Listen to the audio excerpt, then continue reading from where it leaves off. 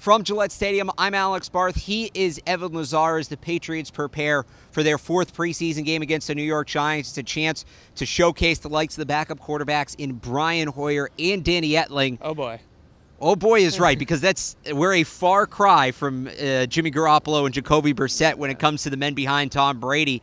And not that the Patriots have a quarterback issue, not that there is a quarterback competition, but the fact of the matter is the Patriots season rests on the shoulders of a 41-year-old quarterback. That's a scary thought. Even if he is the GOAT, that is a bit of a scary thought. So could you see the Patriots in these next couple of days here looking to upgrade what's behind Brady? Well, I think that they'll certainly be taking calls and making calls and see what is out there. I think the big name, obviously, is Teddy Bridgewater. I would love Teddy Bridgewater here in New England. I think that he's got a chance to be a franchise quarterback if he can prove that he's back from that knee injury all the way, which I think he has so far in the preseason. Deadly accurate, gets the ball out quickly, can see the field. Not exactly your best downfield passer, but that's not exactly the Patriots' MO anyways. But I think the big thing here is, are the Jets really going to trade you Teddy Bridgewater to New England in the division after what they've seen out of him and so far in the preseason? And my answer to that is probably no.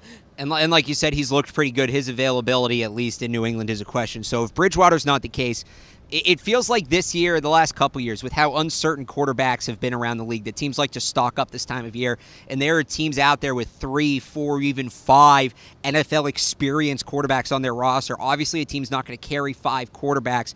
How many of those situations are there out there that the Patriots could explore, and what are some names that could possibly come from those sort of teams? Well, I think the two names that we just talked about are in Arizona, Mike Glennon, who is behind Josh Rosen and Sam Bradford, and also Deshaun Kaiser in Green Bay, I think, is an interesting one, who's behind Aaron Rodgers and Brett Hundley. I guess you could be interchangeable there with Hundley and Kaiser, whichever one doesn't win that backup quarterback job. I think it might be Hundley, and then we can go from there and see what happens. But I think that those two options right there, those are two teams that have 3 quarterbacks.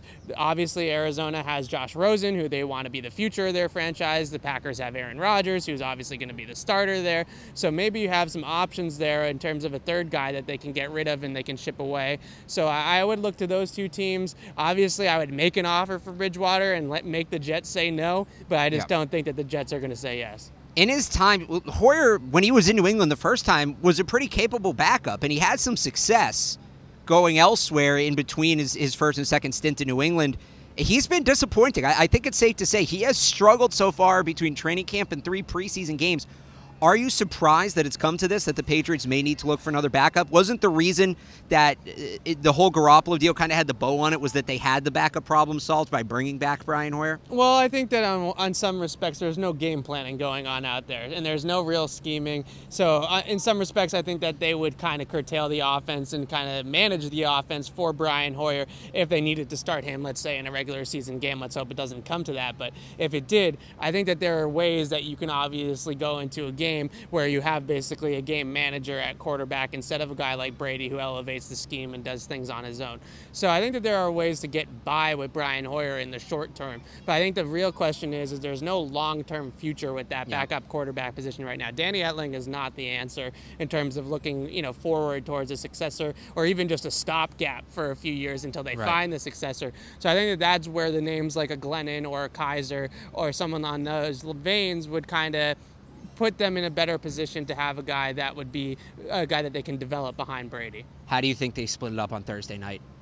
I think we're going to see a lot of Danny Etling. I really do. Oh boy. We haven't seen any Danny Etling, really. Yeah. So unless they just kind of feel like he hasn't earned it in practice, which is very possible, I would just expect to see probably split the halves or something like that with him and Brian Hoyer, because what more do we really need to see from Brian Hoyer? I think we know who Brian Hoyer is at this point. Quarterback talk in New England. It's always an adventure. For more, make sure you're following us on Twitter at Patriots CLNS, and check us out online at clnsmedia.com. He's Evan Lazar. I'm Alex Barth. Thanks for watching.